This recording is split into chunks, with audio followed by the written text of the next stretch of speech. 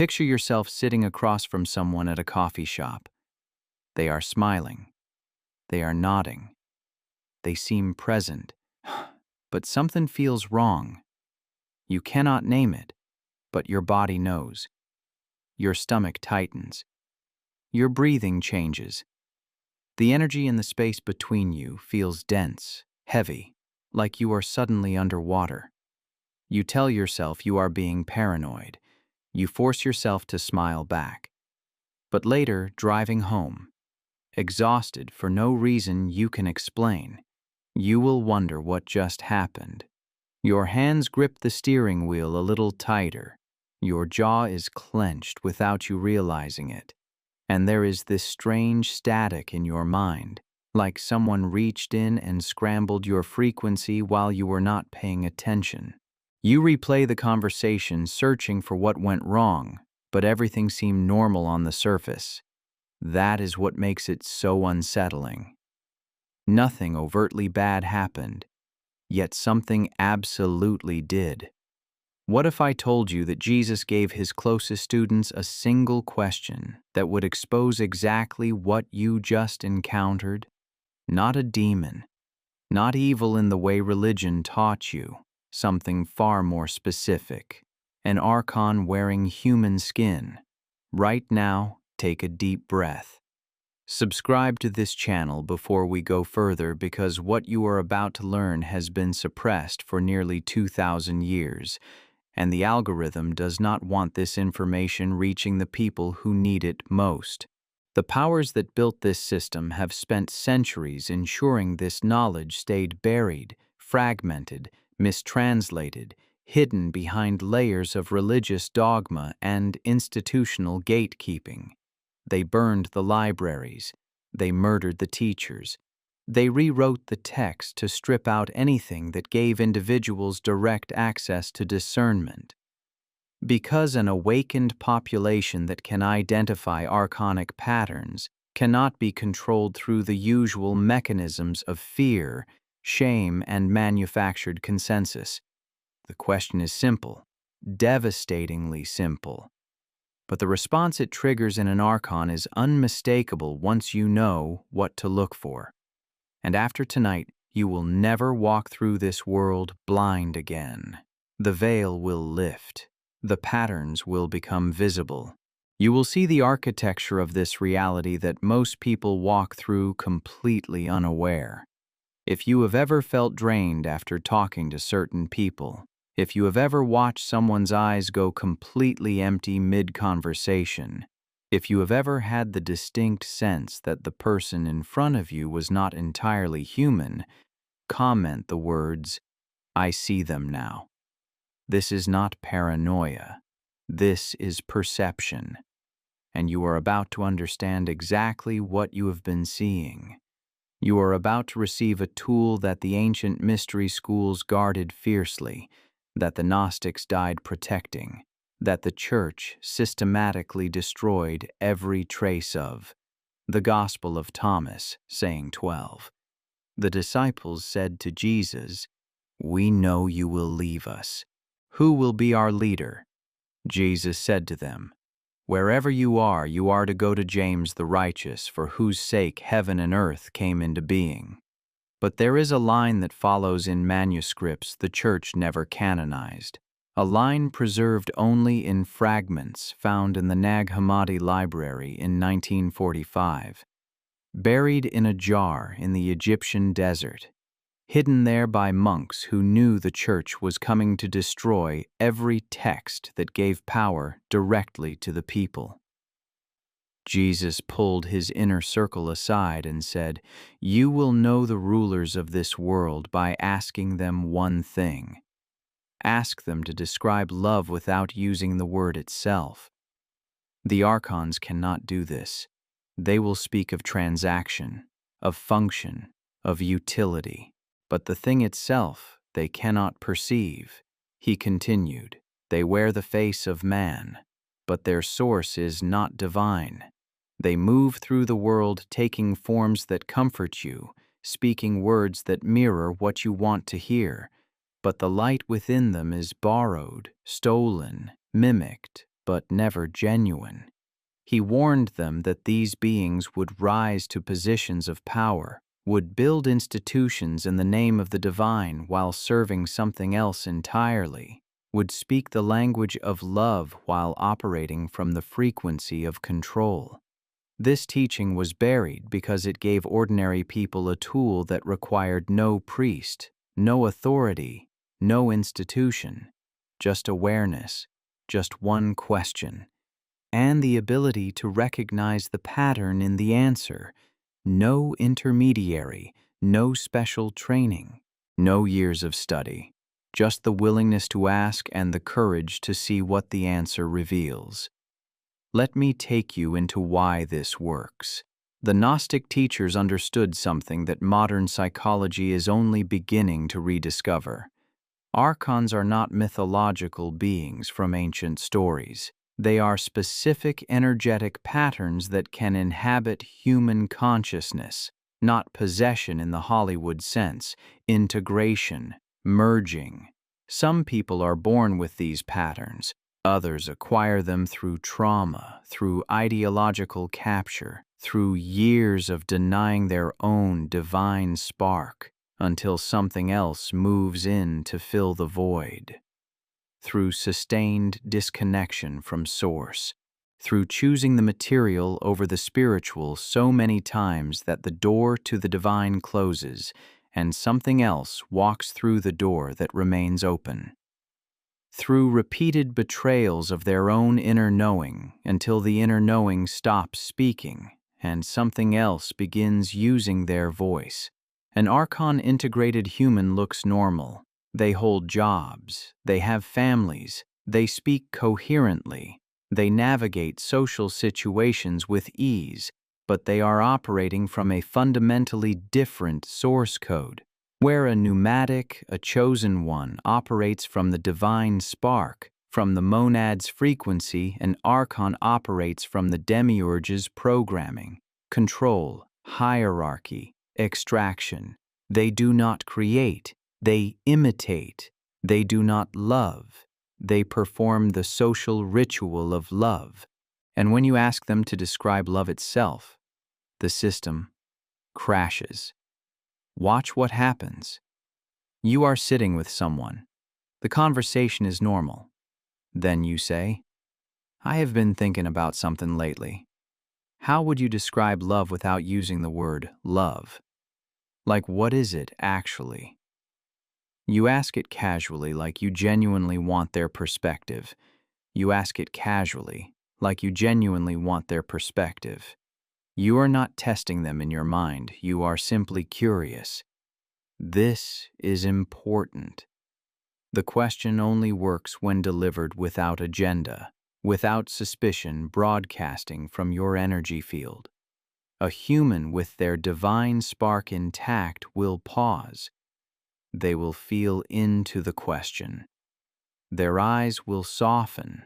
They might talk about recognition, about seeing someone fully, about the dissolution of separation, about warmth that asks nothing in return. The words might be clumsy, but you will feel truth moving through them. You will sense them reaching inside for something real, something lived, something experienced beyond the conceptual mind. An Archon will do something completely different. They will immediately redirect. "Why are you asking me that? That is a weird question." Or they will intellectualize. Well, biologically, it is just oxytocin and dopamine, chemicals that ensure reproduction. Or they will describe transaction. It is when someone meets your needs and you meet theirs. The content varies, but the pattern is identical. They cannot access the felt sense of the thing itself. They can only describe its appearance, its function, or its utility. They are like a computer trying to explain music without ever hearing a note. Here is what the church never wanted you to understand. This question is not a test of intelligence. It is a test of source. It reveals what frequency someone is operating from. It cuts through every performance, every mask, every carefully constructed persona. And once you know how to ask it, once you know what to look for in the response, you will see the world with terrifying clarity. Let me give you the 7 signs that appear when you ask this question to someone carrying archonic patterns. Not all 7 will show up every time, but 3 or more is confirmation. Memorize these. Practice recognizing them. Because once you can spot them instantly, you become immune to the manipulation that has controlled humanity for millennia. Sign 1. Immediate deflection. You ask the question, and before they even process it, they are turning it back on you. Why do you want to know? What is this really about? They are not curious, they are scanning for threat. Archonic consciousness perceives genuine inquiry as danger because questions that require feeling into internal experience threaten the control system. A human might also ask why you are curious, but their tone is different, open, playful. An Archon's deflection feels like an interrogation. You will notice your solar plexus tighten when they deflect. That is your body recognizing the predatory energy underneath the question. They are not asking to understand. They are asking to establish dominance, to regain control of the interaction, to make you explain yourself so they can find the vulnerability in your reasoning. Sign 2. The eyes change. This is subtle, but once you see it, you cannot unsee it. You ask the question and you watch their eyes.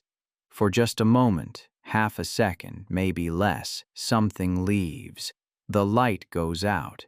It is not that they look away. They are still looking at you, but no one is home. Then the personality reinstalls and they are back. Most people miss this because it happens so fast, but chosen ones operating from heightened perception catch it every time. That flicker is the archonic pattern realizing it has been exposed and scrambling to generate an appropriate response. In that moment, you are seeing the gap between the mask and what wears it. You are witnessing the system reboot in real time. Some describe it as the eyes going flat, like looking at a doll. Others say it is like watching someone's face become a photograph of themselves rather than a living being. Trust what you see. Sign 3. Robotic answer. They do not pause. They do not feel. They immediately deliver something that sounds like it came from a greeting card or a corporate training manual. Love is respect and commitment. Love is putting someone else's needs first. These are not felt answers. These are downloaded scripts. The words are technically about love, but there is no life in them. It is the difference between someone describing a sunset they witnessed and someone reading a definition of sunset from a dictionary. One carries experience. The other is information without presence. Listen, not just to what they say, but to the quality of energy behind the words. Archonic answers have no resonance. They land flat. They create no expansion in your chest, no sense of connection. They are empty calories for the soul. Sign 4. Aggression or mockery. Some archonic patterns respond to this question with immediate hostility. That is the dumbest question I have ever heard. Are you high right now? What kind of New Age nonsense is this? The aggression is disproportionate to the question. You ask something simple, even innocent, and they responded like you attacked them. This is because you did. You asked them to access something they fundamentally do not have, and the system's defense mechanism is to make you feel foolish for asking. The mockery serves 2 functions. First, it protects the archonic pattern from exposure by redirecting attention to your supposed absurdity. Second, it trains you not to ask such questions again. It is a punishment response designed to condition you into silence. Do not take the bait. Do not defend the question. Simply observe the disproportionate reaction and catalog it as confirmation. Sign 5. Physiological discomfort. You ask the question, and their body language shifts instantly. They cross their arms. They lean back. They start looking around the room. They suddenly need to check their phone. Their discomfort is not emotional. It is more primal than that. It is like watching someone allergic to something the moment they encounter it. The archonic pattern is rejecting the frequency of the question itself. You might notice them touching their neck, adjusting their clothing, or suddenly becoming very interested in something across the room. Their body is trying to escape even if their social conditioning keeps them seated. This is the physical manifestation of incompatibility. The question carries a frequency that archonic patterns cannot metabolize. It is like pouring holy water on a vampire in the old stories. The body reacts before the mind can construct a socially appropriate response. Sign 6. Answer by comparison.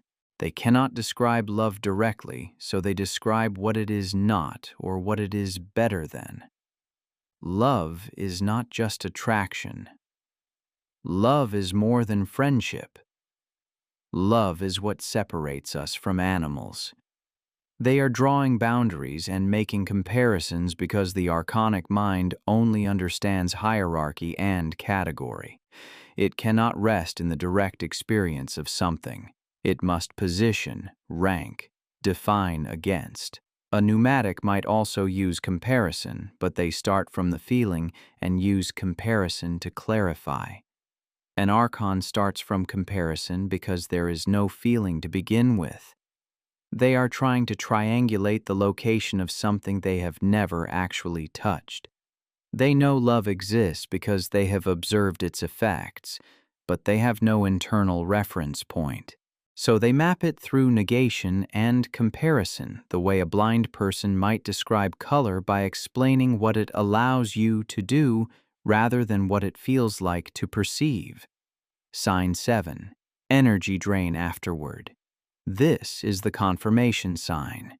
You ask the question. You get one or more of the previous 6 signs, and then, within minutes of the conversation ending, you feel exhausted, not tired like you need sleep, drained like something pulled energy directly out of you. This happens because the archonic pattern, when exposed, begins feeding more aggressively to stabilize itself. It pulls from your field to sustain the mask. You will feel it in your solar plexus, sometimes in your throat, a heaviness, a depletion, and you will know without question that you did not just talk to a normal human having a bad day. You interfaced with something else. You might feel the need to go outside, to be in nature, to wash your hands or face. Your system is trying to clear the energetic residue. Honor that instinct. The exhaustion is not your weakness, it is evidence that your energy was taken without consent. Now, before you go asking everyone in your life this question, you need to understand what you are actually doing. This is not a game. This is not a party trick. The Gnostic teachers warned that revealing archons to themselves can trigger unpredictable responses. Some people will shut down, some will lash out, some will begin avoiding you entirely, because on some level, even if they are not conscious of it, they know you saw them. The mask recognizes when it has been seen through, and the response is often defensive, sometimes aggressive. You need to be grounded before you do this. You need to be operating from your own divine spark frequency, not from fear or suspicion. If you approach this from a place of paranoia or superiority, you will either misread the signs or attract exactly the kind of confrontation you fear. Here is how you prepare. Place your hand over your heart right now. Feel it beating. Say internally, not out loud, just in your mind, I am sourced from the monad. Nothing false can move through me. Feel those words as fact, not hope. Let them settle into your bones, into your bloodstream, into the core of who you are. When you ask the question from this place, you are protected. You are clear. You are a witness, not a participant in whatever response comes. And here is what most people do not realize. The question is not primarily for them, it is for you. You are not trying to fix anyone. You are not trying to save anyone. You are simply clarifying who you are dealing with so you can make conscious decisions about where you place your energy, your trust, your time. Think of it as spiritual discernment made tangible. You are not judging. You are recognizing. There is a difference. Judgment comes from ego and superiority. Recognition comes from clarity and self-preservation. Jesus did not tell his disciples to heal every Archon they encountered. He told them to recognize the pattern and move accordingly. Shake the dust from your feet. Do not cast pearls before swine. Not because Archons are evil, but because they are incompatible with the work you came here to do. Your energy is sacred. Your time is finite. Your divine spark is meant to connect with other sparks, to create light networks that uplift and expand. It is not meant to be endlessly drained by those who cannot reciprocate from a place of genuine presence. Now let me tell you what happens when you start using this question consistently. First, your relationships will clarify faster than ever before. People you thought were safe will reveal themselves. People you barely knew will show up as deeply aligned. The question accelerates truth. It bypasses years of slow revelation and brings clarity in a single conversation.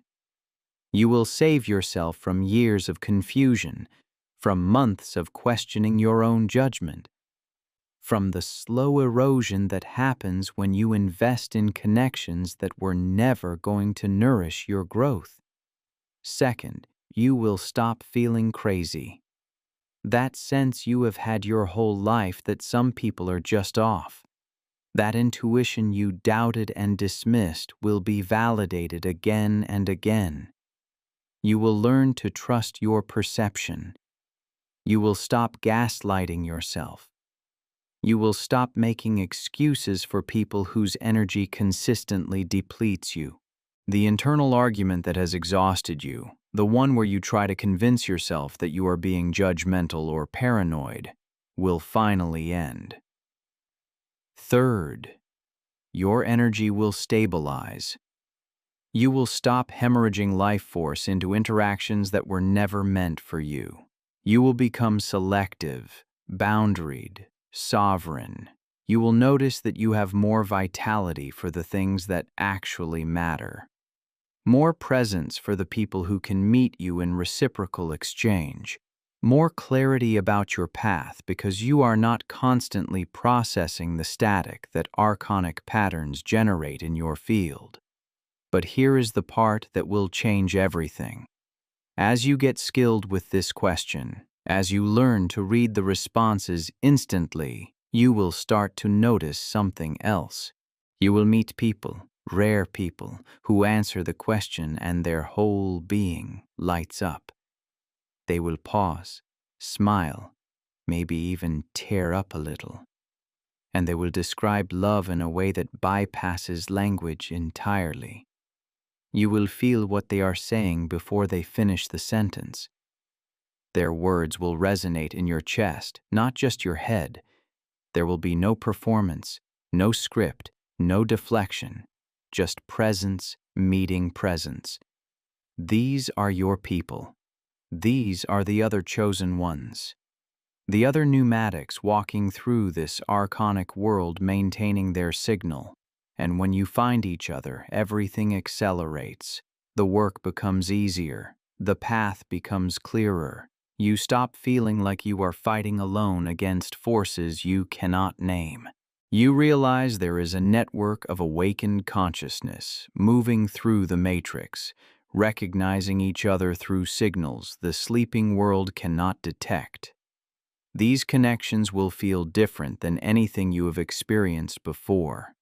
There will be an immediate depth, a recognition that transcends the normal timeline of relationship building. You will feel like you have known them forever, because on some level you have.